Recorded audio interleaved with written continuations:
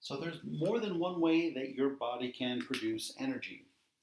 However, this way is not efficient, and it is not efficient to keep you living. But on occasion, and if you do not have oxygen, then you will shut down your electron transport chain. And if you shut down that electron transport chain, you know you're not going to get those 32 to 34 ATP that come out of that system. So how can you keep your body going until you can figure out a way to get oxygen back into the system?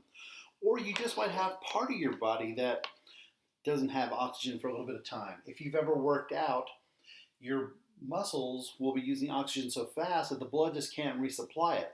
So you're breathing in, you're breathing out, just like normal oxygen is coming in, you're just not getting enough to specific places. So in the absence of oxygen, your body will turn to a process called fermentation. And fermentation is just basically glycolysis with a different ending.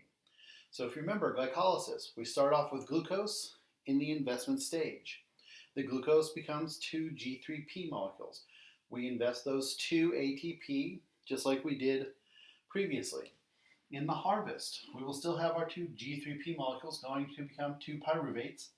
And in the process, we will create those four ATP gross and those two NADH.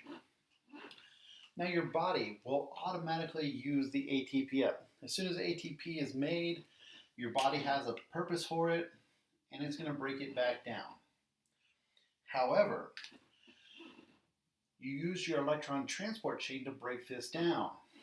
There is no ETC without oxygen.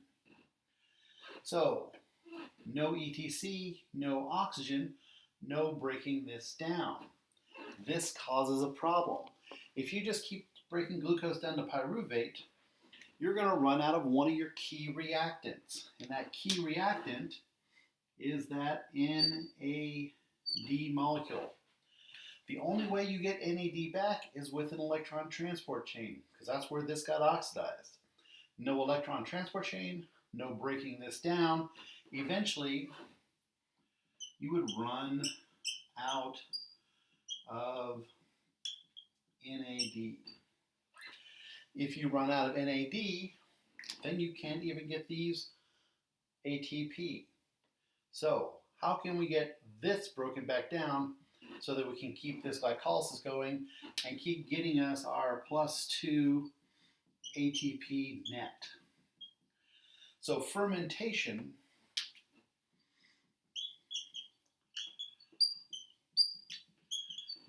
is a way, my black marker is dying, is a way to recycle NADH to produce NAD. So fermentation is another way we can break this down. We've already eliminated the electron transport chain, our previous way. We need an alternative pathway. So what happens, pyruvate, instead of going to the prep reaction, is going to get broken down into another molecule. In fermentation,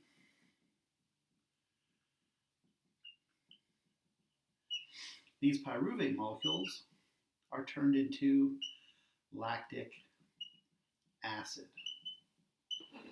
So you've heard of lactic acid probably when you get sore after working out. This is because, as I said, even though your whole body may not be lacking oxygen, muscles that you use a lot may, your muscles may ferment for a little bit of time, and when they do, they produce that lactic acid. That's a poison. That's got to go to your liver. And your liver will detox it just as if it were like an alcohol. But as we convert pyruvate to lactic acid, those two NAD are going to come into this system. So here's those two NADH, and they will get broken back down into the two NAD plus the hydrogen ions plus the electrons. And now these NAD can go back up here, and we can keep our glycolysis going, and we keep making our 2 net ATP. Now, lactic acid is what we produce if we are an animal. So animals will use this pathway. So not just you, but a monkey, a horse, they will also produce lactic acid when they run out of oxygen in certain places. As you can see in the diagram though, other organisms will produce alcohol. And you've heard this before. So another way that we can recycle this, depending on what kind of organism you are, is we can have the 2-pyruvate converted into alcohol, specifically ethanol. So if you are something like a yeast cell, which is what we use to produce beer and wine, they will also do fermentation. The only difference is they will take those 2-pyruvate, convert them to alcohol, but they're doing the same thing. They have to break down that NADH to get that NAD back to keep this process going. Now, yeast can live off of this because they're single-celled organisms. You can't live off of this because you're multicellular and your cells are so much bigger. So this is an alternative pathway. If oxygen is absent and knocks out your electron transport chain, we can still produce 2 ATP through this process. But as you can see, this is a very inefficient system. When we do aerobic cellular respiration, get this off. If we do aerobic cellular respiration,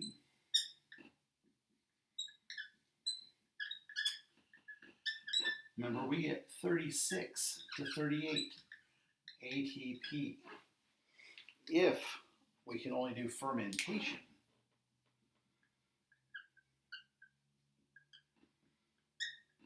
we only get those 2 ATP from glycolysis.